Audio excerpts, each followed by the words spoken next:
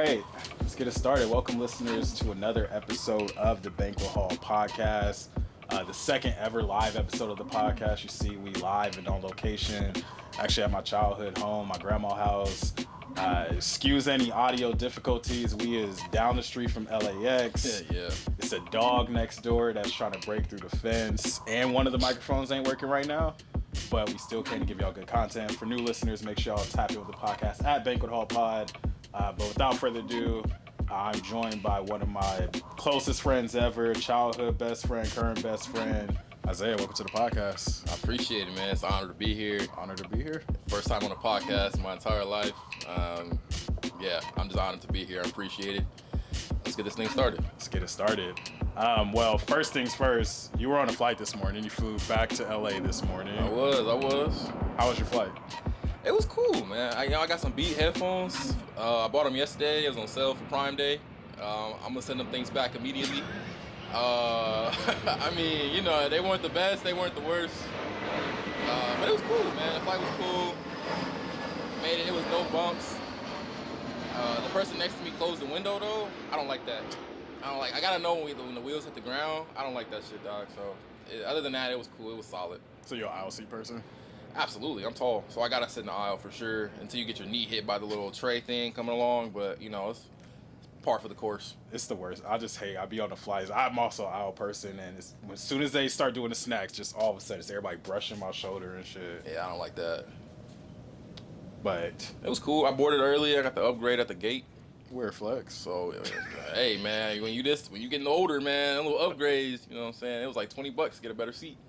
I said say less. So, yeah, $20 is nothing to get a better seat. Not at all. So, yeah, thanks for asking. Yeah, of course. But I always like to get these podcast episodes started with a little bit about where the guest is from. Kind of buried the lead a little bit, but Isiah, where are you from?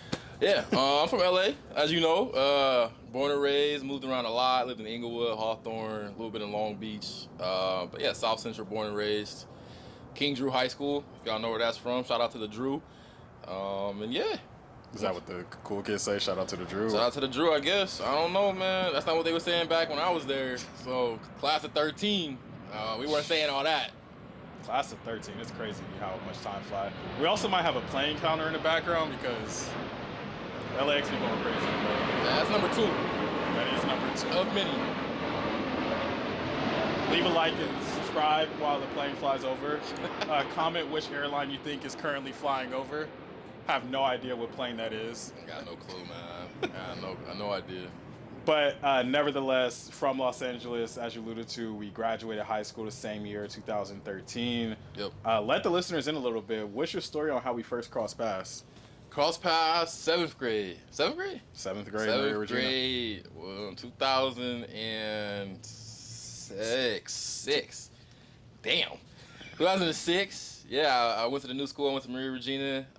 Me and Kyler, we were in the same class. That's crazy because we had a 7A and a 7B, and we just happened to be in the same class. I think randomly you just invited me to like one of your birthday parties. I think that was our first time we actually like kicked it. Like I think we played sports. We played football together for sure.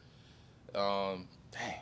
But yeah, I think once you invited me to like your birthday dinner, it was at Islands at the bridge. I'll never forget that day. That's when I knew we were cool because. Like, your dad paid. Like, you know, like, I still had some bread in my pocket because my mom was like, you don't know if they're going to pay or not. And then your dad was like, nah, like, I'm going to pay for y'all. And I was like, that's crazy. My parents would not have done that. They would have been like, hell nah. But yeah, that's really how we met. Was that. We just hit it off. Bunch of roast sessions in middle school. Sports, recess, all that. The whole 9. Yeah. That's plane number 3, by the way, if y'all keeping track of it. Also don't know what airline that is. Still can't see the airline. Might have to do a lot of editing with this podcast, but we're going to make it work. But throughout this episode, y'all probably going to hear a lot of inside jokes, and I'm going to make sure that they're all funny for y'all, but you bringing up Islands just made me think of probably 2 of our first inside jokes. I don't know if you remember both of them, but we were at Islands. It was a group of us. And somebody brought one of their friends who I did not know at the time. Yeah. And they left a hell of a first impression because, you know, waitress comes, y'all want anything to drink. And they're like, oh, can I have a milkshake but without the milk? Yeah, bro, that was crazy. Yeah. That's when we first like started locking eyes and like having that communication without speaking.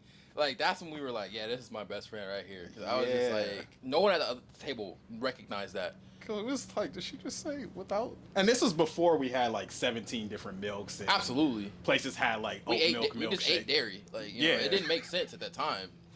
Yeah, you literally just. But she was like, without the milk though, and then come back to take the order. She's like, oh, do y'all have non-spicy buffalo wings? Like, can I have buffalo wings without the buffalo? Yeah, bro. It was We didn't speak to that person for a while after that. At least I didn't. I did, but I was about to say, oh shit, my bad. Cut the cap. My bad. Oh man, but no, I did not. I had to strike out from that one. But yeah, I didn't realize that was the first time I invited you something was that Islands. That was it. That was the first time we ever kicked it. Dang, that's crazy. Yeah. Because then I think the first thing that my mind goes to was when you first was like, oh, like, bro, can I come over and hang out? I was like, come over and hang out. Like, nobody comes over here to hang out. Bro, my house was not the hangout spot. I was like, I gotta get out of here. But yeah, I definitely remember asking you, and then like, ever since then, it was just like family for sure. Yeah, which leads to kind of my first question of the podcast because obviously we've known each other since 7th grade, and we've grown closer across the years. When was that? Obviously, you felt connected at Islands and when you were able to come over here, but when was that first time that you felt like more than just a friend hanging out and more like part of the family? I just felt like every time I came over, I was always just fed. I don't know, like my love language is food, honestly, or, you know, actions for people. That's what I've learned about myself over the years, and buying someone food is not a small task. You know, you already got enough mouths to feed as it is, you know, with your, whatever your income status is at that time. Adding an extra mouth, especially me. I ate a lot of food. You know what I'm saying? I could eat the whole Domino's pizza by myself, but I feel like that was never a question, it was never a doubt. Like, if I was hungry, I always had something to eat. I used to drink every single ginger ale in there. Every single one.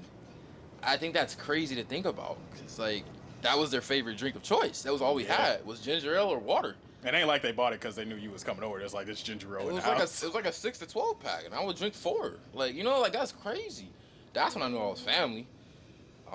We spoke about this off camera earlier. I broke the coffee table. You know, I'm like doing things where I would like, I don't want that kid in my house. If that was them, like, I wouldn't be upset if someone said that to me. Right. And that's when I'm like, all right, this is real family. Coming over, like, can I get some water? It's like, go get the water. Yeah.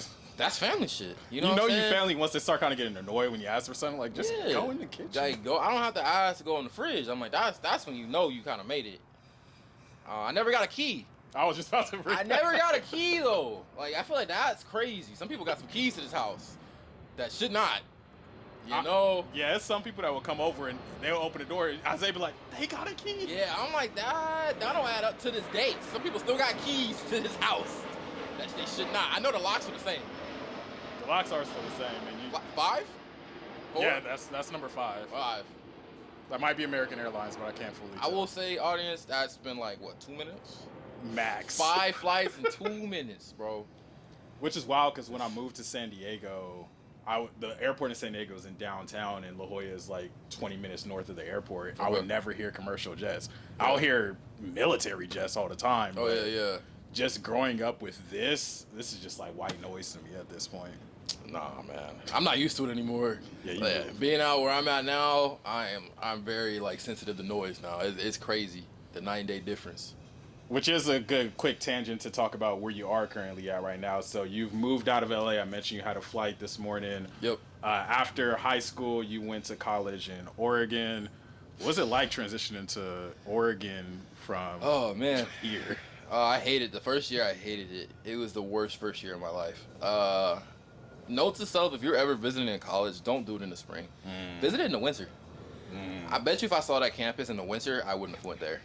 When I went there, the sun was out, the flowers were blooming, it was 65 degrees, 70 degrees, it was nice. As soon as I got to campus, it was raining non-stop. First time I've ever saw snow in person. Insane. I mean, outside of the weather adjustments, just the people adjustments, right? Like, you can probably count on your hand how many black people were on campus. Like, no joke. And we were all from the same city. We were all from LA, which is cool, I guess, in its own right. I learned a lot about myself. I learned a lot of resiliency, a lot of patience. trusted in the process. But as far as the adjustment goes, I was not ready for that. I had no idea what I was getting myself into. Not a single clue. But looking back at it and kind of once I got to that kind of that senior level, that's when I knew I made the right choice. I mean, I knew exactly where I was at mentally, and if I would have went to a bigger school, I don't think I would have done well. My mind was focused on here and there and doing all this other stuff. We don't got to talk about that on camera, but you know, it wasn't on the right stuff. It wasn't on the priorities. Yeah. And being in an area like that where there isn't really a lot of fun things to do, at least not in that small town, it kind of forces you to focus on like what's important and like why I came out here in the first place. I mean, and having like half tuition paid in scholarships didn't hurt either. Yeah. So like, I mean, money talks a lot. You know what I'm saying? That's why I really was out there. But that transition was crazy. But I think I settled in right when I turned like 20, like junior year. Okay. That's when I knew who were like my real friends versus who weren't my real friends, and like I got over the whole. Like for an example, somebody told me I was going to hell because I had tattoos. You know, I went to a Christian school. I don't think anybody know that. I went to a Christian college. Somebody told me like I was going to hell because I had tattoos. I was like, all right, bro. I was like, but wait, paint the like. Was this just a random like they walk up to you and like I was hooping? So, you know, you hooping like, all right, you know, you changing your shirt out, you sweaty, you put a new shirt on. Someone was like, "Oh, you going to hell?" I said, "For what? Winning?" What we talking about here? That's back when I had like one tat, I had like one little chest tat, and they're like, "Oh, you're going to hell, buddy." Throw the buddy in there on me. I'm like, "Nigga, you on my team." Buddy, buddy is like so N-word coded depending on the buddy, people. Brother. I hate being called. It's brother not even brother; it's brother. Yeah, it's the brother. A hard R? I used to tell people I hate that. So I was like, oh, why? It's just they're being friendly. I'm like, no, I don't want to walk in the rest of the first person friendly. Oh, yeah, have a good day, sir. It's like, what's up, brother? I don't like that. I don't like this. Call me my name. Yeah, there's something like that. Call me my name. For the first 2 years, people would just call me Ball, which is, I guess, kind of cool, but like kind of racist. like, I can't explain it. I don't know. That feels kind of close to boy. It feels very coded. My name is 2 letters longer than that. You know, it's 1 letter longer actually. Like, Mere Ball. Like, just call me Isaiah. I don't understand. You can call me Izzy. You know what I'm saying? But people just call me Ball for 2 years. I was like, yeah, I'm not in the right spot. Wouldn't recommend it. Hey, but you stuck through and you're still living in Portland. Don't recommend it. I mean, all jokes aside, I mean, yeah, I've been there almost 10 years now. I think this year would be the 10th year. I wouldn't trade the experience for the world. I mean, I've grown up so much in this last 10 years. I mean, I needed that. Yeah. Coming out of high school, yeah, I'm book smart, definitely street smart, you know, living where we live and all that kind of stuff. But I mean, just real life world smart, I didn't have that. I mean, what do you expect at 18 anyway? We don't really have real world problems. So maybe we did, but we didn't realize how bad it was to a degree. But I mean, the transition part, to answer your question, was very hard, very tough. But the person I am on the other side of it was all worth it. That's real, and it's interesting hearing you say like you couldn't do like the big college, because I'm the complete. I don't know what I would do. I probably would lock in like you did if I went to.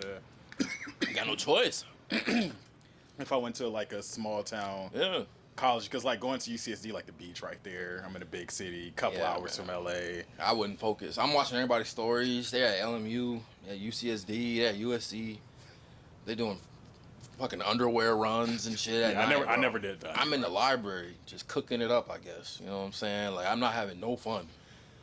Hey, but I'm happy that you were able to find like some type of community out there, and because I remember when you first went to Portland, I was like, dang, Isaiah going to Portland? I'm like, I don't know how my boy gonna survive out there. It's crazy because I don't tell people this. It was either between that or like University of Missouri. Oh wow! Because those are the 2 schools that gave me the most financial aid, and then I was just like, I'm not going to fucking Missouri. I was like, it really wasn't that close of a decision actually. Sorry to my Missouri listeners. Yeah, I apologize. I'm never. I mean, I think also that weird tangential thing to say, but the Mike Brown situation happened in Missouri. You know what I'm saying? And that was right around the time we were in college. So, like, you know, I think we were the freshmen or sophomores. Maybe I made the right decision. You know what I'm saying? I don't know how I would have been if I was actually out there during the situation. So, yeah, life is crazy. You know, life comes full circle sometimes. Yeah, you were out there in Portland, obviously, with, like, everything that happened in 2022. Yeah, that was insane. What is it like? Because obviously, like, California has its reputation as being, like, super liberal. Not that Portland's a conservative spot, but it's like different. Like I remember I visited you once, and like where you were living at the time, the neighbor had like a Trump flag. And oh yeah. It's night and day, man. Number 6. This might be like 8 or 9. We kind of talked through a couple of them. That's fair. And now it is white noise. Yeah, you get used to it. And also, we're recording this the same day as the cyber strike or whatever. So everybody flight delay. So I think everybody just arrived. Shout out to Bill Gates. Shout out to Bill Gates. Shout out to Billy Gates. But yeah, what was it like just being in a different political environment, obviously surrounded by a lot less black people, and seeing all this in the media and growing into your own political consciousness at the same time? It's definitely weird, man.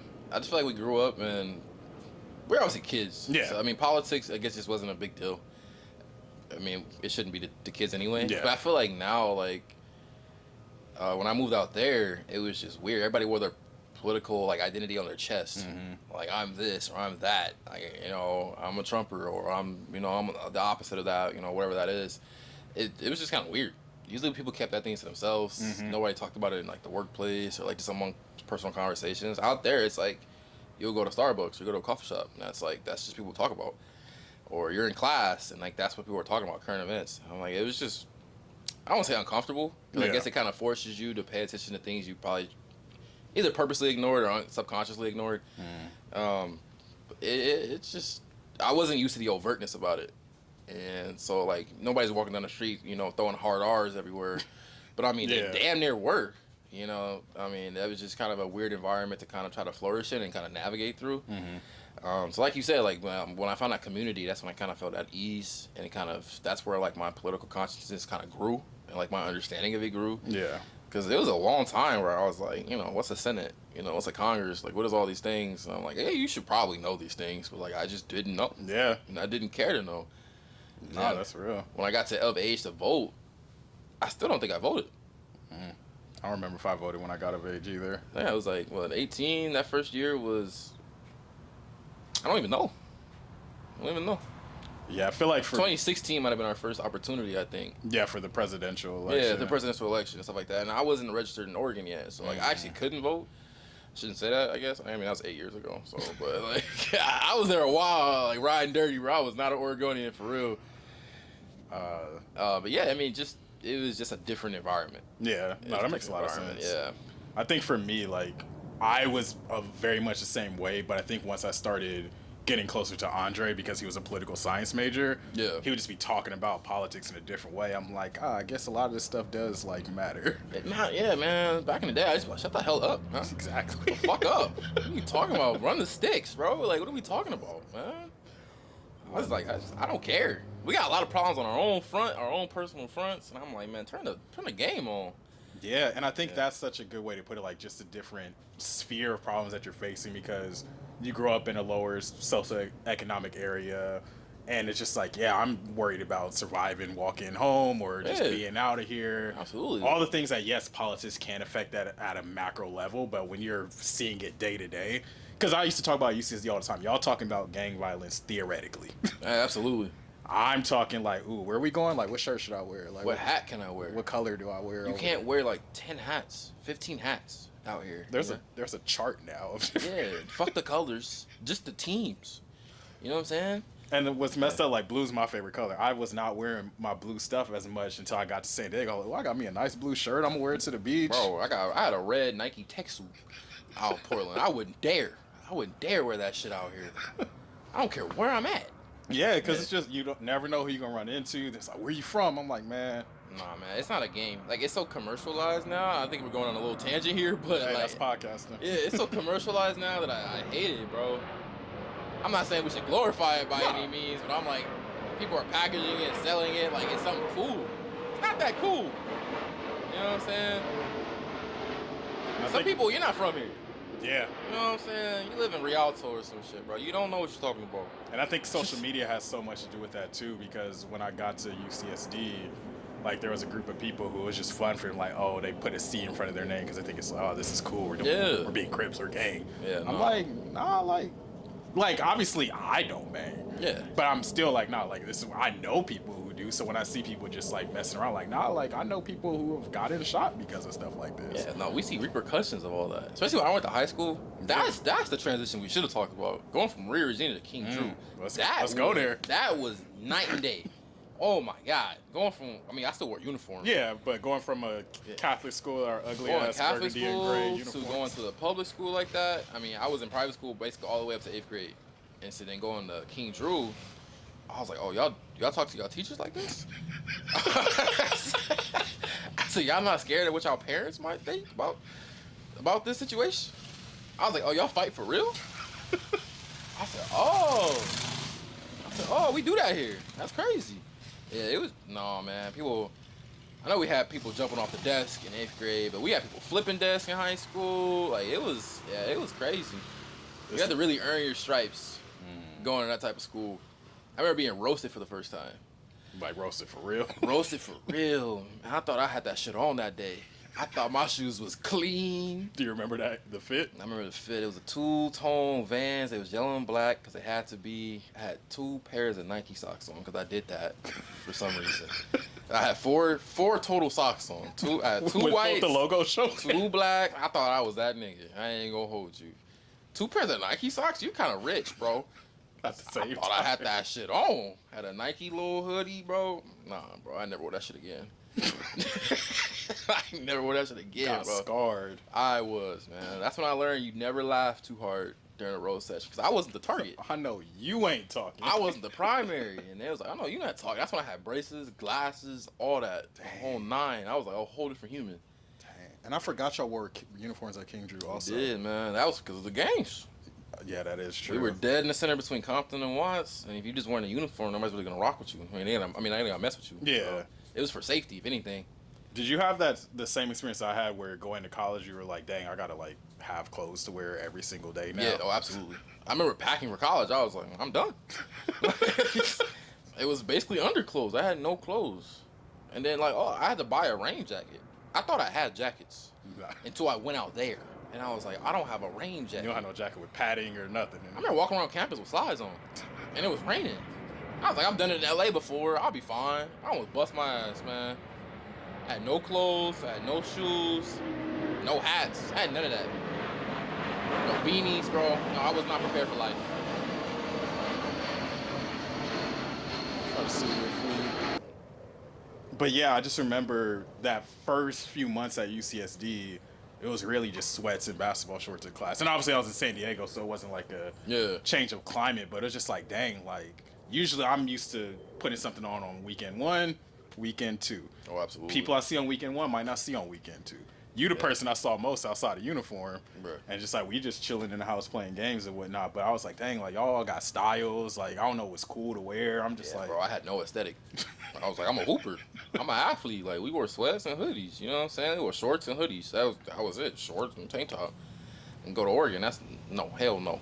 You wearing pants and a jacket for like 9 months. I had no clothes. I didn't even... Bro, there's no swag out there anyway, so I wasn't really tripping. Yeah. Everybody's wearing stuff for warmth. That's it's what real I learned. Practical. Yeah, I learned more quickly. Like, no one cares about the aesthetics out there. It's all about, am I dry and am I warm?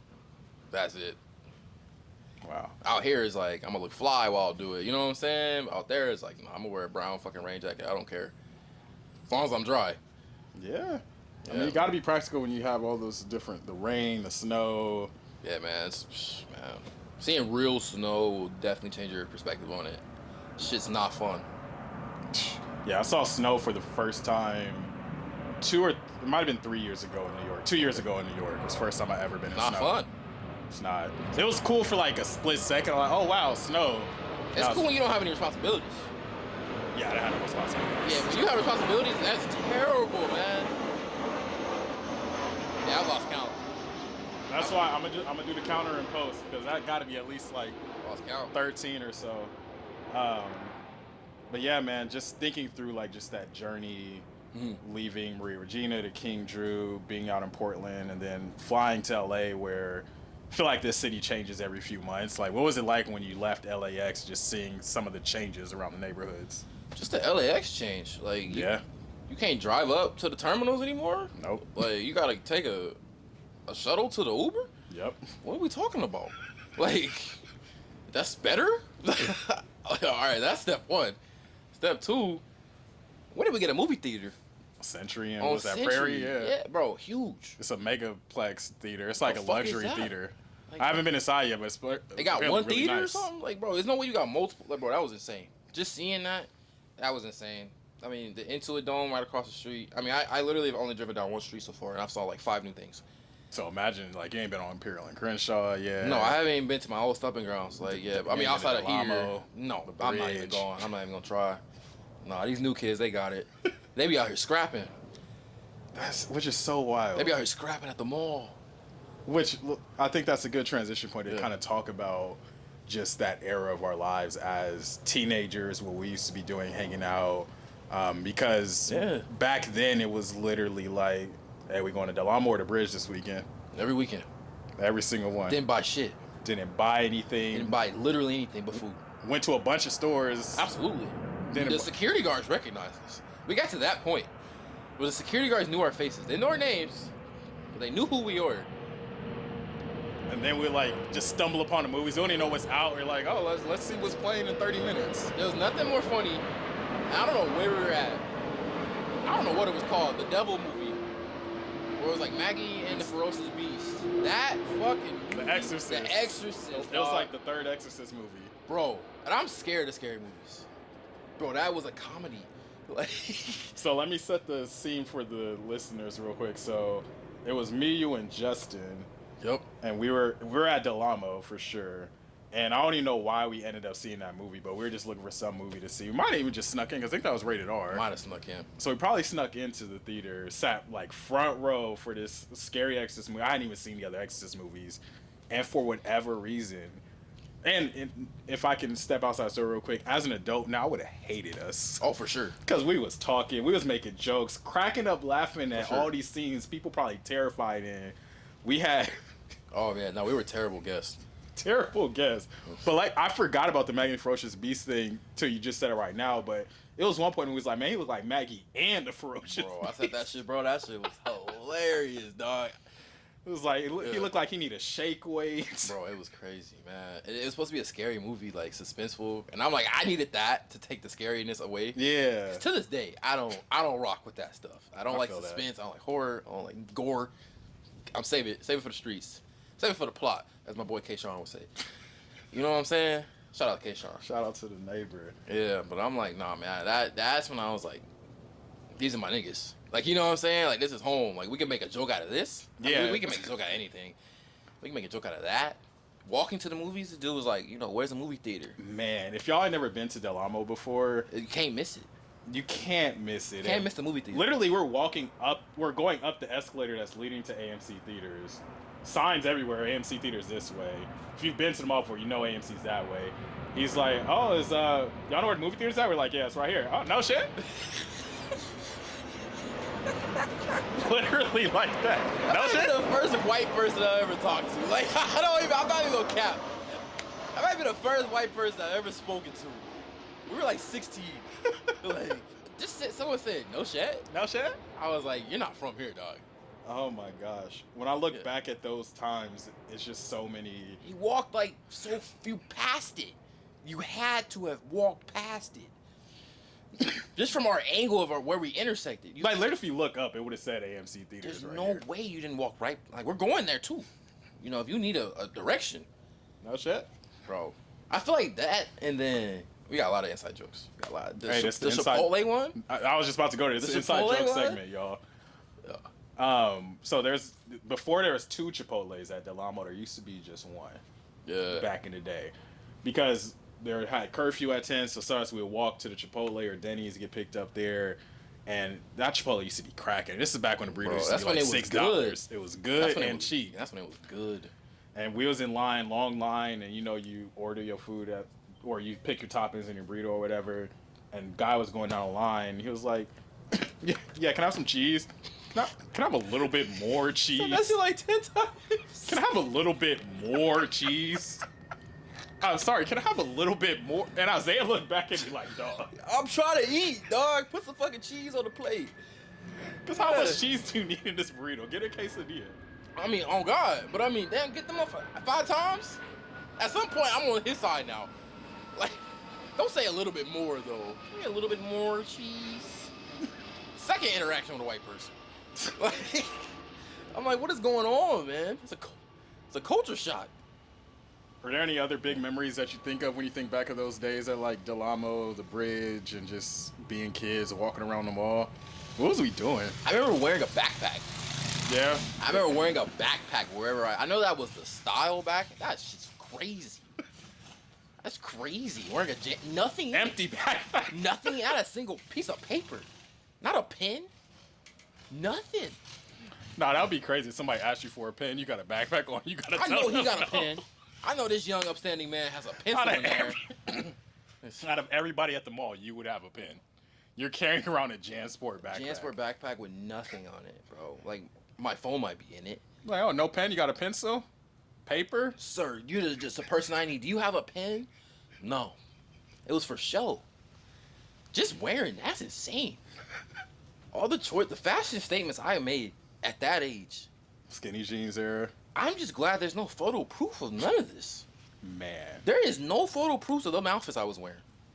You might find some. I'm about to say, there's some. You might find some. I have some archives, but those are Deep Shadow Protocol archives. Yeah, no, them Zero Dark 30s. Them was never seeing the net. Them never. Oh, But my there's God. not a lot of, bro. I used to rock the skinnies, the backpacks, the bean. That's what I remember the most. Just how I dressed.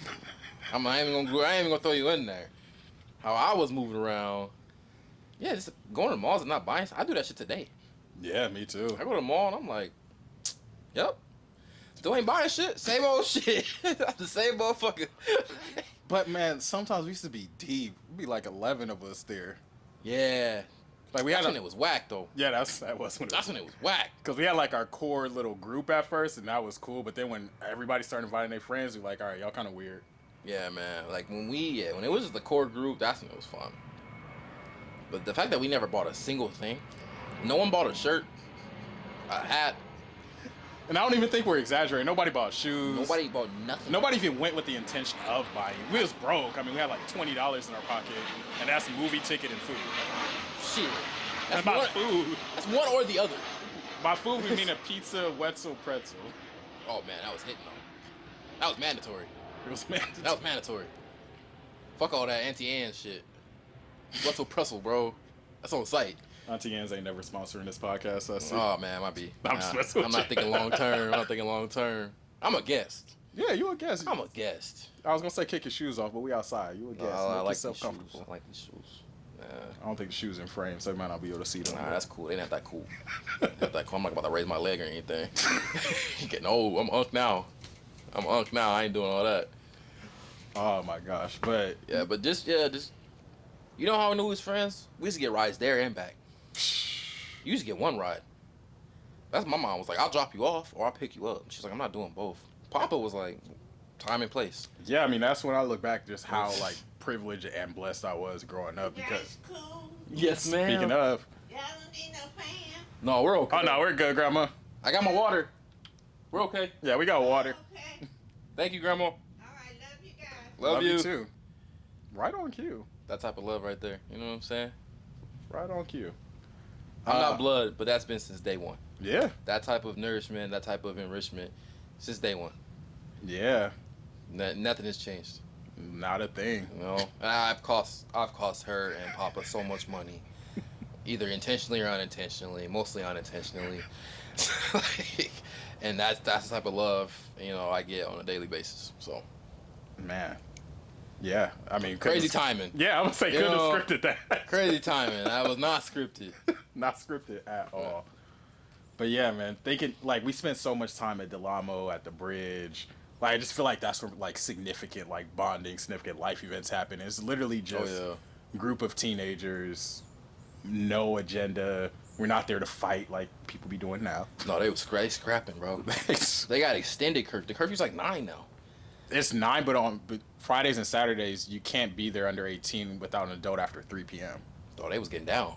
So, for those of y'all who are not familiar with Del Amo Mall, they had 1,000-person brawl that they put flyers for on social media, and people went there scrapping. Like, police was involved, people got arrested.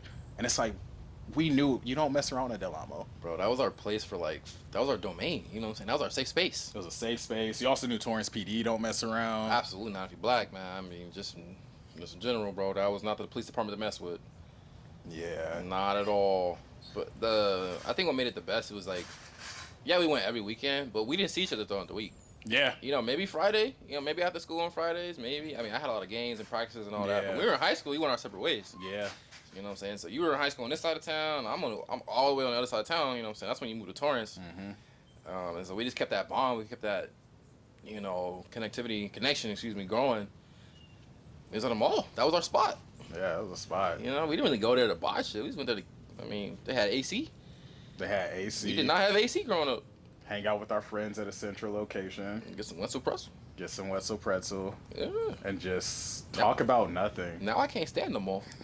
If I go to Del Amo right now, I'm going to catch an attitude. I believe you. Catch an attitude right as soon as I walk in. We might have to take this podcast mobile and post up at Del Amo. I don't get high, bro. I mean, yeah, that would be crazy. Should have went to the mall. That would have been wild. But nah, nonetheless, bro, I can't go to the mall. Fighting at the mall? No.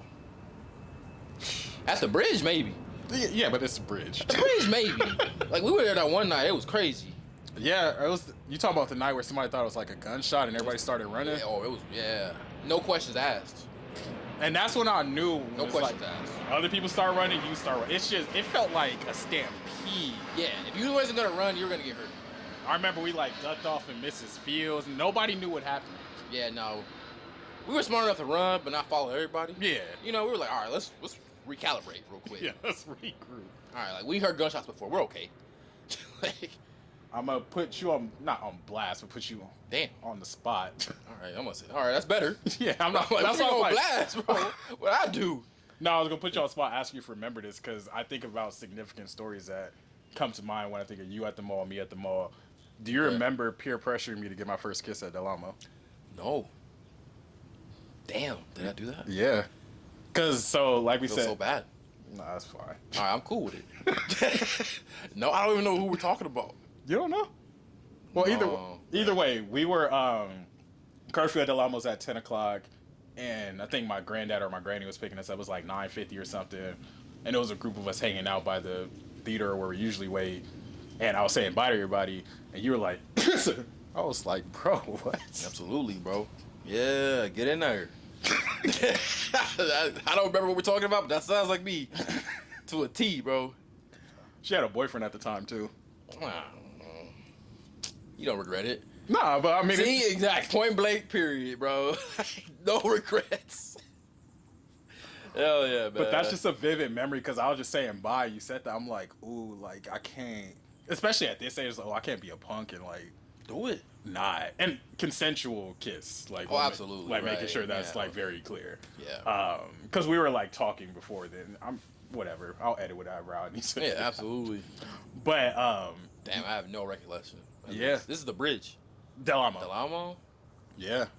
It's your best friend. The one that she was mad at you for the dance you was doing. See, I wasn't going to bring that up out of respect. Because I don't know if she's a viewer. I'm still mad about that.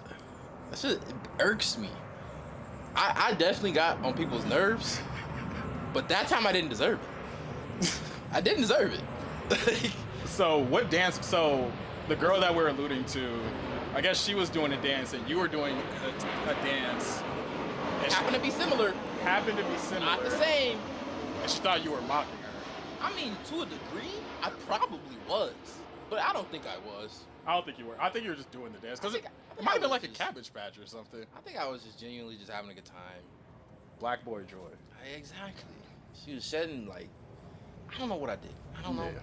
Yeah. It lingered so long, throughout multiple weeks. I know. I was like, dang, y'all don't like each other. It's kind of getting in the way. Getting in the way of the plot, as K-Shawn would say. I was just dancing. And she was like, I don't like him. I was like, it wasn't the dance. That had to be something else, bro. It would have been the skinnies or something. Like, I don't know. It might have been the skinnies as well. It might have been. But let's transition out of the mall real quick. Go to the setting that we're currently at. We're in the backyard. Yep. A lot of memories in this backyard as well. Way more than the mall. Way more than the mall. Way more. And we got, I don't think the basketball court might be slightly in frame, but we got this basketball court back here. Yep. And this backyard is big, but it's not that big. But to the point, the games we used to have in this backyard, the horse 21, 1v1, the little kids that all around the block, they used to take us on like 2v5. We'd be dunking on them in the Absolutely, backyard, bro. We was hooping like we was going pro. throwing their shots across the fist. Like, you don't want that shit. Yeah, bro, that was clockwork. Yeah. Just even though, like, taking a step back, the 1v1s we had, just having that competitive nature. Like, just being here, whether it was video games, whether it was hooping, whether it was whatever, just having that friendly competition at all times was just, I love competition. I love competition, too. I love it. But being able to have it in a stable, friendly environment, and, like, it was never any hard feelings. I used to get my ass cooked. You know what I'm saying? But I never took that as, like, a slight. I always wanted to be better. I always wanted to be just as good as you were in your respective areas, and just never got there. And likewise. I mean, you had me on the court. Court, yeah, I mean, court, that's my thing, you know what I'm saying? But, I mean, there were times 1v1 I was getting cooked. You know what I'm saying? I don't remember that. I thought I used to always get cooked. I mean, I used to come back. Yeah. You know what I'm saying? But there was some stretches, bro. I mean... But I think that, like you said, such in a stable, friendly, safe environment. Because we weren't out here in the streets. We was in the backyard. Yeah, it was never no ill will. We were just trying to have some fun. You know what I'm saying? You get tired of the game, come outside and hoop. Blow off some steam. I remember one time we hooped in the rain back here. Yeah, bro, that was therapeutic. Yeah. You know what I'm saying? Like, it sounds weird. It was fun. Very fun. You know? And I could not have you on this podcast without bringing up two very specific things related to basketball. Okay. So I might like take some B-roll footage after we record, but there's a shot that Isiah hit in horse. I don't know if it was horse or we just messing around back here, but yeah, this other side of the backyard, we had this car parked back here, and he stood on the trunk of the car and shot it all net. And mind you, like, if the goal is right here, that's gotta be like 30 yards away from the goal, behind the goal, at that angle, over the garage. Over the backboard. Craziest shot I've ever seen in my life. Yeah, man. Like any shot, though. Not backyard shot, not NBA, like, just like... It was definitely Steph Curry-esque. Like, just in the nature, all net. Steph Curry would take more shots to make that than you, though, I think. Yeah, I think it took me like 2 or 3 tries. Which is nuts. Yeah, I think that's why we were playing horse, because I kept trying it, and like that third try, it was like, as soon as I let it go, I was like, oh, that's cash. It's nuts. Splash. Like, I'm gonna literally have to walk y'all through, like, where it is after we done with this recording. But yeah, man. That's something I will, like, always never... I'll never forget that. And I just wish we had the social media. Like, we had social media, but imagine recording that shot. Oh, yeah, bro. It went viral. I don't know, actually, but... You might have. But there's that shot, and then... at Maria Regina... Yep. There's a shot in the corner. I forgot about that until you just said that. Literally, when I was making the questions for this, it was that shot and that shot I had to bring up. I forgot about that one. I think the ball was, like, going out of bounds in the corner or something. Yep. You caught it, feet in bounds, shot it, falling away. All net. All net. Cash. I couldn't do that again if I tried. I think I actually did try to do it again. I think you did, too. Couldn't do it. Yeah, man. I forgot. And it's just like... We'll wait for this plane to go by. It's all albino. It's all white. Ain't got no airline. I'm just in it for the love of the game. Just flying. All flying, all vibes. But no, like, I think that when I think through playing at Maria Regina, playing through this backyard, like you said, it's very therapeutic. And also just like a way to bond, like talking in between, like playing, like catching up. Because like you mentioned, we went to different high schools, so throughout the week we're not engaging that much. Like we might text or even aim was a big thing at some point. Yeah. But just to be able to like, funny story from what happened. I know these bugs flying all around us. Square up, bro. Funny stories about what happened in the week at King Drew, me telling you stuff about Bishop, and just having a good time in the backyard. If it's too hot, go inside, play the video game. Yeah. We always had a lot to catch up on. Yeah. But I just feel like as we grew apart, like, not grew apart, like physically went our separate ways, like our relationship might have just gotten stronger. Yeah. Like I feel like our connection never like wavered in this. Even when we went to college, you know, I'm going a little bit farther down the timeline, but just keeping it out of high school. I mean, we were on opposite, like LA, being that far away from each other. That's crazy. Yeah. But, you know, we still live down the street from each other to a degree. You know, so I'm saying like, it was always just fun catching up on the weekend. Like this is what happened during the week for me. I don't bring this up, man. I remember you getting your progress report. You remember that? I was gonna bring that story up too. You got your progress report, His dad pulls it out the mail. He was like, hey, hey, hey, hey. I'm like, yep, that's my nigga. He said, you got a B in algebra. What's up with this B? Was it algebra? Was that? I don't think it was algebra. Nah, it wasn't algebra. Was it like history, social studies? It was probably history. He was like, what's up with this B? Whatever it was. It was like a B plus. He's like, what's up with this B plus? I said, my nigga. I mean, I was an A student, but I was A's and B's, you know what I'm saying? I was definitely not a straight A student by any means. So I was like, A's and B's, cool. His dad was hot. Tux was hot, dog. Oh, man, I just remember, like, the silence in the room. It was, like, it was crazy. I was like, dang, that's not a good thing? Fuck am I doing? What he said about me, then? I was like, well, you kind of throwing shade. Like, got you hanging around these dumbass kids. He was like, yeah, we don't do B's. I was like, oh, okay. I'm going to do them. I'm going to do the B's. He said I'm going to do them. I'm going to get the B's.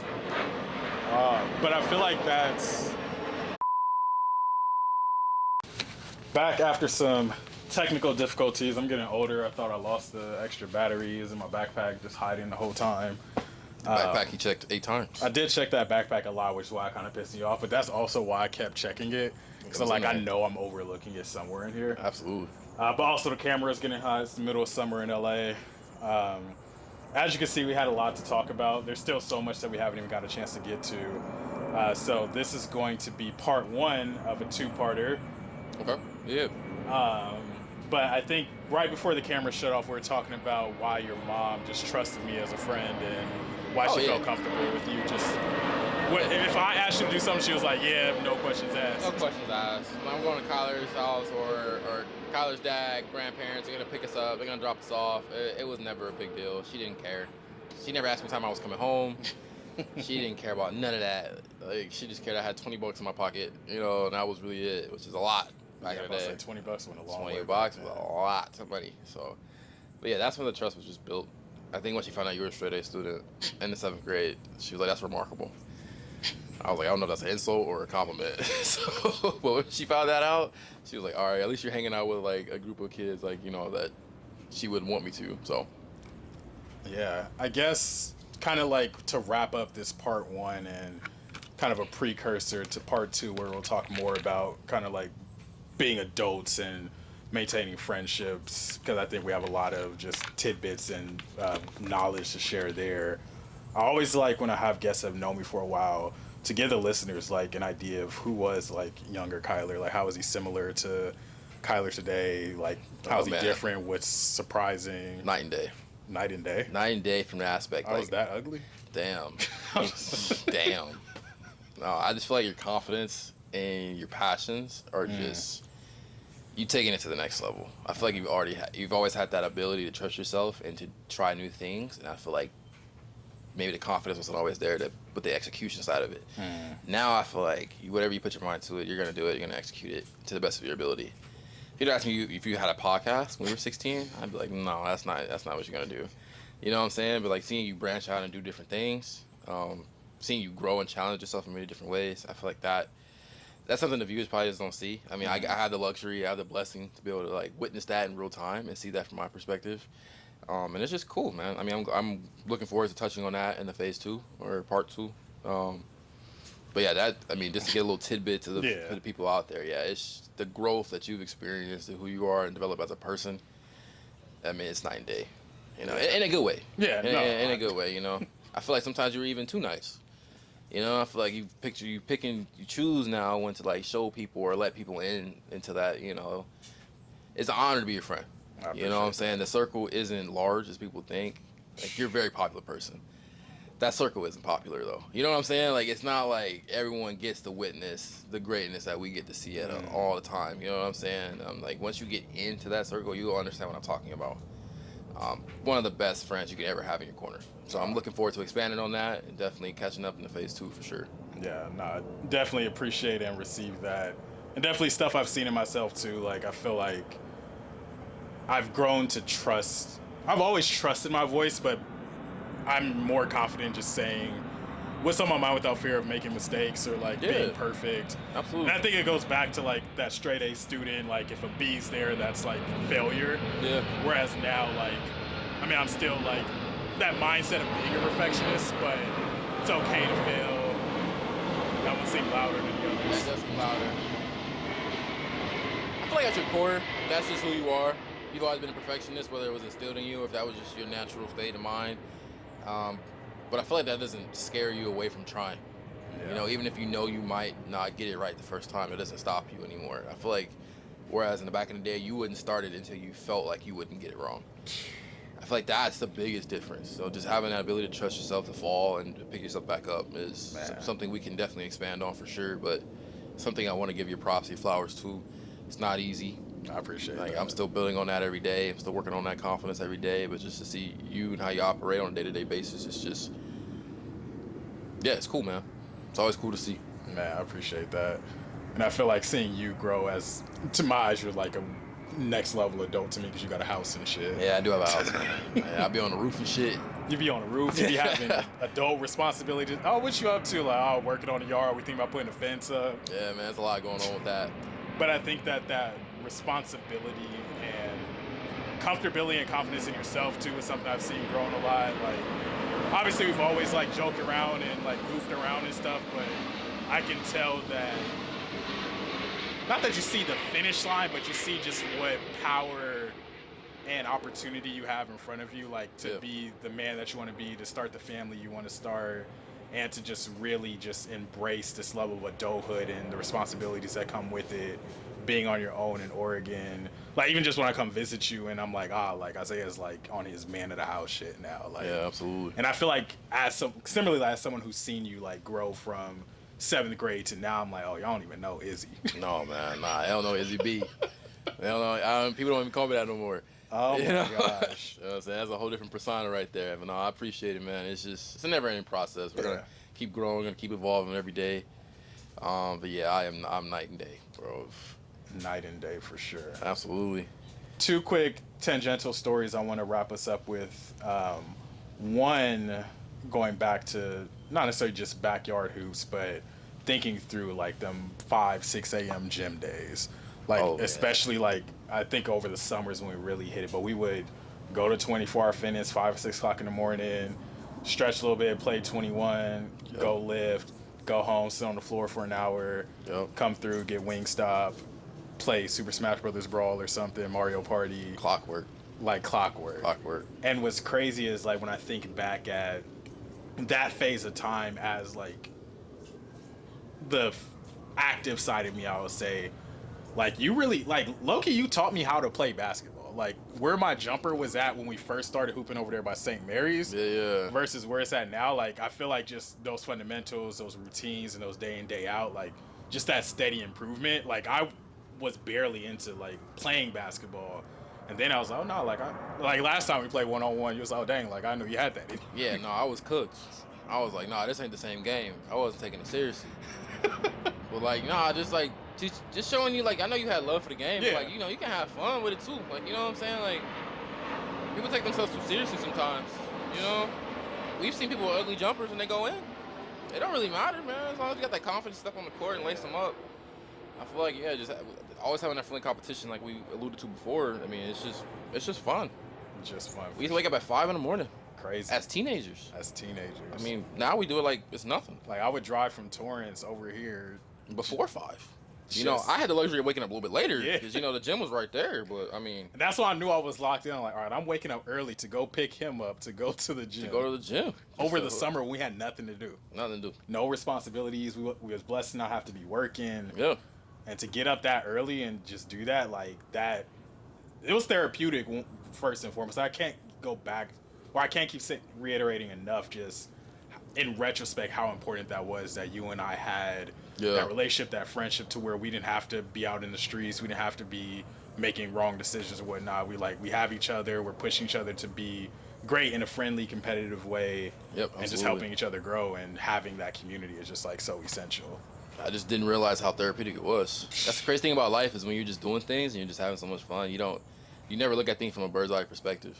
Nah, but now at this age, everything's just like looking back at how simple those times were, but also like just how much other stuff was even going on in each other's lives. Yeah, absolutely. And just having that in retrospect. Because the other thing I'll say really quickly, like, I think I asked you about when you first felt like family. I think one of the moments that will always stick in my mind for me is when you came to my great grandma's funeral. Oh, absolutely.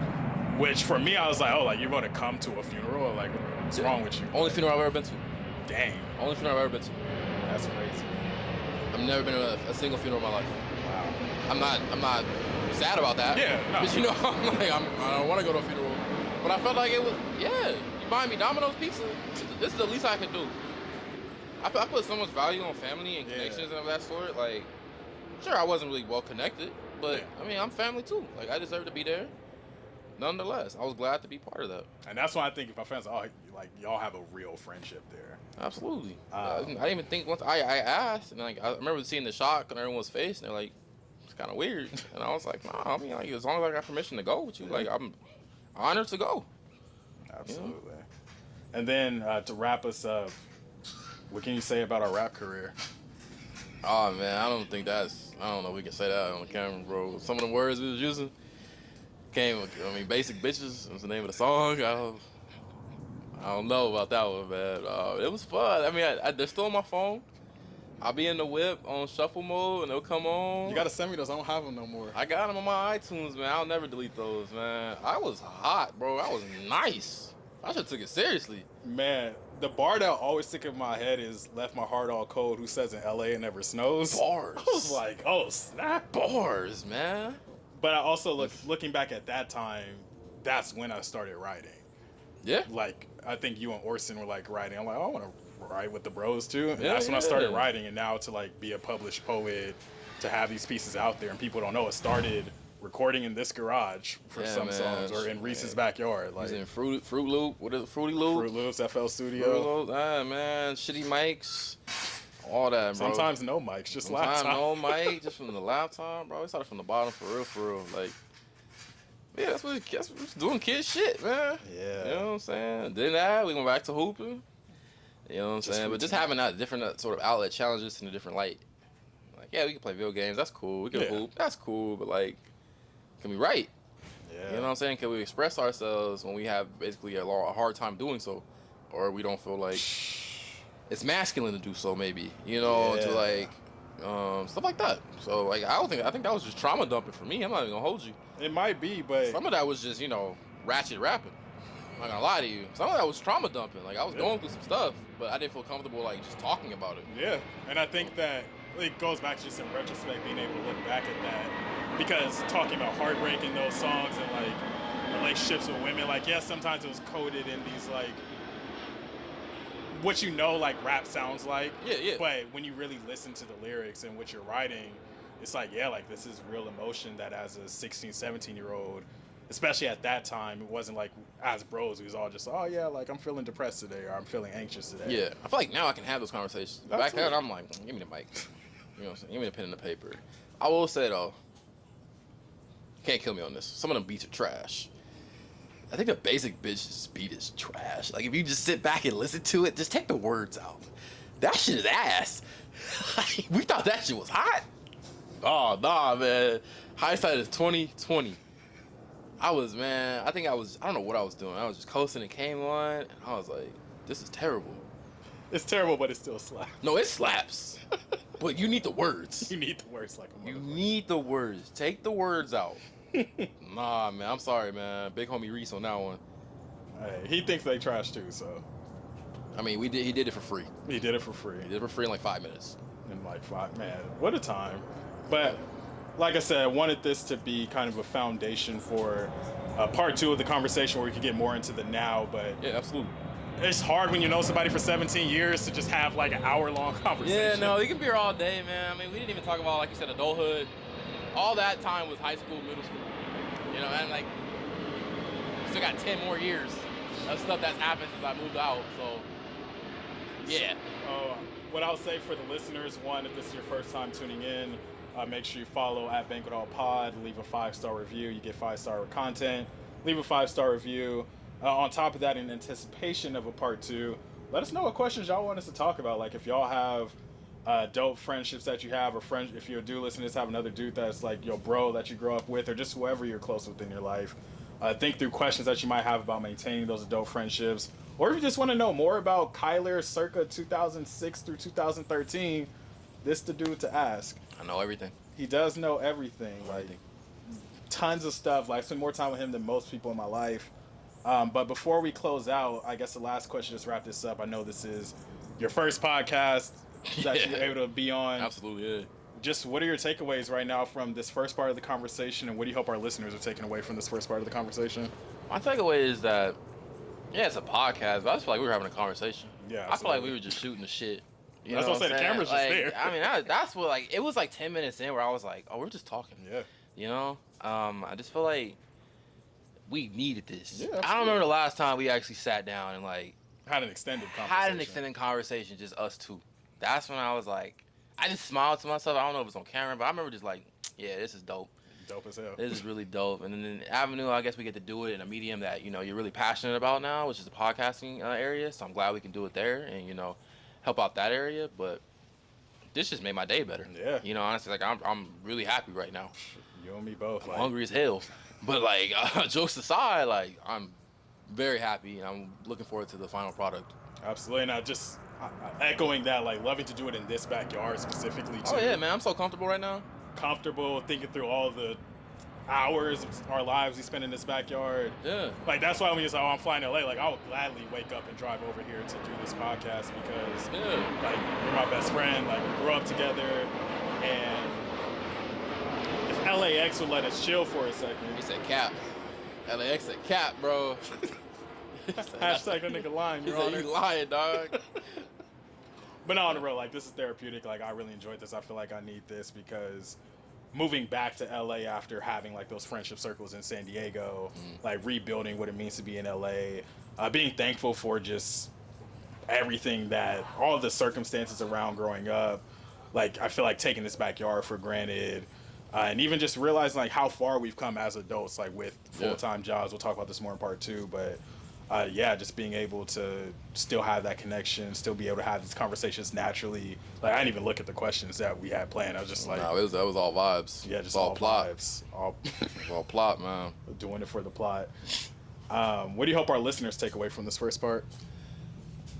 Build those connections. I'm not really good with this stuff, but I think you should probably take away from this is that family doesn't have to be blood, right? It might be obvious, right? I think at our age, you're probably the closest people to, you're probably not your blood relatives or, you know, family dynamic. But that doesn't really matter. There's no one I trust more in my life. I mean, outside of Caitlin, I guess. No more. Somebody I trust. Oh, shit, that was immediate cap. But I mean, this is my dude, right? Yeah. You know what I'm saying? This is my brody. This is my dog. Like, I wouldn't trade this experience for the world. Honestly, I think you should take away from it is that if you keep watering those connections, keep watering that relationship, it's going to blossom at some sort of point. Ours blossomed early, and, you know, it just keeps on growing, and the dynamic keeps changing, but the friendship never changes. I think that's a good takeaway from that. Just kind of keeping the people close to you close. There's so much crazy shit going on in the world. I can have a terrible week, and randomly you'll just text me, hey, Brody, what's going on? Likewise. You cool? You good? And I'm like, damn, like, I think about it, like, I haven't talked to you, like, in a week. And I'm like, that's too long. Yeah. Stuff like that. So just make sure you're just fostering those connections. Make sure, like, things are going to slip through the cracks as we get a little bit older. But, I mean, there's no excuse to just not try and put in effort. Stuff like that. I think that's just the biggest takeaway. Absolutely. This is the product of a lot of hard work and a lot of effort put into it. It's not. It is organic, but to a degree, it's a lot of work we put in ourselves to make sure we got to this point, and we're still gonna be where we want to be in the future. So that's my biggest thing you should take away from it. Hey, you said you was bad at it, but As I got through it, you know, it started coming to me. You know what I'm saying? hey, that's what we do here at the Banquet Hall. Izzy, love you, dog. Yeah, I like dog for real. Appreciate you joining the platform. I know this ain't your typical medium or avenue to. Nah, man, it's probably the most I've talked outside of work in my life. You know what I'm saying? There's a lot of talking. Nah, man, I appreciate being on. Looking forward to phase 2. Yeah. Yeah, thanks for listening. Thank y'all for listening, and we'll catch y'all in part 2. Peace.